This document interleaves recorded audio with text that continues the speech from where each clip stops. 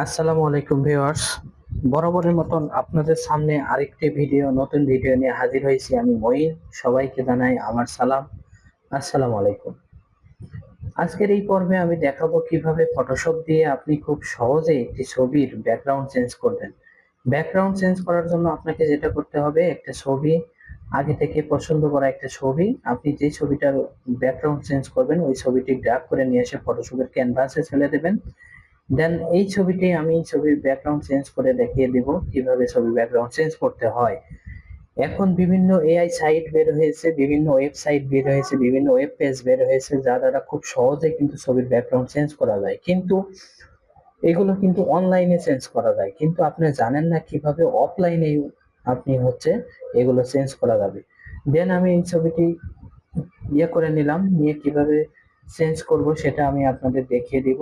দেন সহজ নিয়মে একটি ছবির ব্যাকগ্রাউন্ড চেঞ্জ করা যাবে, সেটা হচ্ছে এখানে দেখেন আমি লেসো টুলটি দিয়ে আমি সিলেক্ট করে নিলাম, নিয়ে এখানে এটা দিয়ে হবে না, আপনাকে কি করতে হবে, এই যে পেন টুলটি সিলেক্ট করে দিতে হবে। দেওয়ার পরে এখানে পাথে চলে আসতে হবে, আসার পরে এখানে কি করতে হবে, নিউ ক্রিয়েট পাথ সিলেক্ট করে দিতে হবে। দেওয়ার পরে এই ছবিটি একটু জুম করে নিতে হবে। নেওয়ার পরে যেটা করব সেটা হচ্ছে, এই যে আমি এখান থেকে শুরু করলাম, ঠিক আছে, এই অংশটুকু না আমি কেটে সেটা বাদ দিব। তার জন্য আমি কি করব, এই যে এই সুন্দর করে সাইড করে আমি ব্যাকগ্রাউন্ড চেঞ্জ করার জন্য আমি সুন্দর করে আমি চয়েস মতন ছবিটি আবারও জুম করে নিলাম। নেওয়ার পর আমি কিন্তু এখানে এই যে দেখেন ভিউয়ার্স, এটা কিন্তু এভাবে সিলেক্ট করে নিচ্ছি, সুন্দর করে পার্ট টু পার্ট এভাবে সিলেক্ট করে নিচ্ছি ধৈর্য সহকারে। আমি স্ক্রল বার প্রেস করে আমি এই যে চুজ মতন ছবির ব্যাকগ্রাউন্ড কিন্তু চেঞ্জ করতেছি।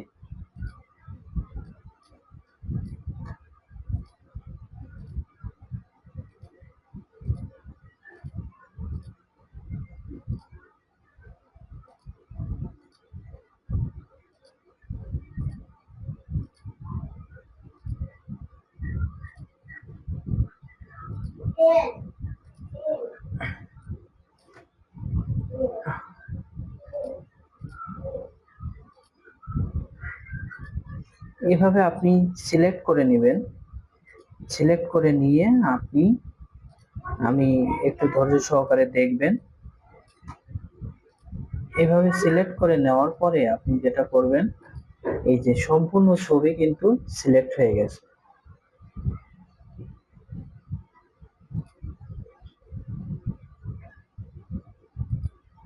আমি একটু জুম আউট করে নিচ্ছি। সম্পূর্ণ ছবি যেহেতু সিলেক্ট হয়ে গেছে, এটা আমি কি করব, এই যে ছবির ব্যাকগ্রাউন্ডের যে কালার আছে এটা আমি এভাবে সিলেক্ট করে দেব। দেওয়ার পরে যেটা করব সেটা হচ্ছে, প্রথম থেকে যেখানে শুরু করেছিলাম ওইখানে আমি এটা অ্যাটাচ করে দিব। এখন কি করব সেটা হচ্ছে, কিবোর্ডের কন্ট্রোল ইন্টার প্রেস করে দেবো। দেন ছবির পিছনের ব্যাকগ্রাউন্ডটি কিন্তু সিলেক্ট হয়ে গেছে। এবার কি করব, এই যে কালার পিকার অপশন বলে একটা অপশন আছে, এখান থেকে আপনি এই যে অনলি ওয়েব কালারস, ঠিক আছে, মানে এইখানে টিকটা দিয়ে দিবেন। যদি টিক না দেওয়া থাকে, আপনার কালারটি কোনটা সিলেক্ট করবেন এটা কিন্তু সিকোয়েন্স অনুযায়ী ভাগ ভাগ করা থাকবে না। সেই জন্য আমি অবশ্যই আপনাকে বলবো যে অনলি ওয়েব কালারসটা আপনি এখান থেকে একটু সিলেক্ট করে দেবেন। সিলেক্ট করে দিলে আপনাকে যেটা হবে কি, আপনি সম্পূর্ণ কালারটুকু না দেখেন, এক এক অংশ, ঠিক আছে, এখানে দেখেন ব্ল্যাক হোয়াইট গ্রে স্কেলের যেসব সাইড গুলো আছে এখানে আছে। তারপরে এখানে দেখেন আরো কালার আছে, ঠিক আছে, একটা পাতায় আছে, এখানে RGB আছে, ঠিক আছে, এখানে দেখেন গ্রিন আছে, এখানে দেখেন ব্লু সাইড গুলো আছে। সাধারণত আমরা উপরের কালারটি এই, ঠিক আছে, এটাকে সিলেক্ট করে দেব। দেওয়ার পরে ব্লু কালারটা সিলেক্ট করে দেব। সবসময় সাধারণত ব্লু কালারটি ইউজ হয়ে থাকে। আপনি চাইলে আমি এই কালারটি সিলেক্ট করে আমি আজকে আপনাদের ছবির ব্যাকগ্রাউন্ড চেঞ্জ করে দেখিয়ে দিব। দেন আগে থেকে যেভাবে করেছি সেটা হচ্ছে যে, পিছনের ব্যাকগ্রাউন্ডটি কিন্তু আমি আগে থেকে সিলেক্ট করে নিয়েছিলাম। নেওয়ার পরে এই যে কিন্তু ছবির ব্যাকগ্রাউন্ড, আমি কিবোর্ডের ব্যাক স্পেস প্রেস করেছি, করার সাথে সাথে কিন্তু ছবির ব্যাকগ্রাউন্ডটি চেঞ্জ হয়ে গেছে। ভিউয়ার্স, এখন যদি আপনাকে আমি বলবো, যদি এই কালারটি যদি পছন্দ না হয়ে থাকে, এখানে দেখেন একাধিক কালার আছে, আপনারা এনি হোয়াই যে কোনো কালার সিলেক্ট করে দিয়ে এভাবে ছবির ব্যাকগ্রাউন্ড পরিবর্তন করতে পারবেন। কিভাবে ছবির ব্যাকগ্রাউন্ড পরিবর্তন করতে হয় এটা আপনারা খুব সহজভাবে দেখলেন।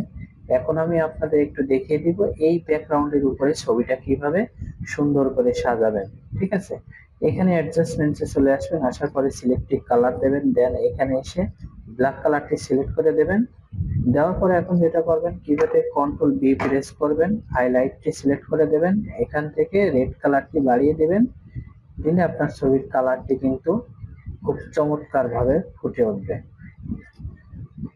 দেন এই কালারটি কিন্তু ভালো লাগতেছে না, ম্যাজিক অন টুলটা, এই যে দেখেন ম্যাজিক অন টুলটি আমি সিলেক্ট করে দিলাম। দেওয়ার পরে এখানে কি করব, এই কালারটি সিলেক্ট করে দেব। দেওয়ার পরে কি করব, ওকে প্রেস করব, করার পরে আমি দেন ছবির ব্যাকগ্রাউন্ড কিন্তু সুন্দরভাবে চেঞ্জ হয়ে গেছে। ভিউয়ার্স, একটা বিষয় মনে করবেন কিভাবে ছবির ব্যাকগ্রাউন্ড চেঞ্জ করে, এটা আমি আপনাদের দেখিয়ে দিলাম।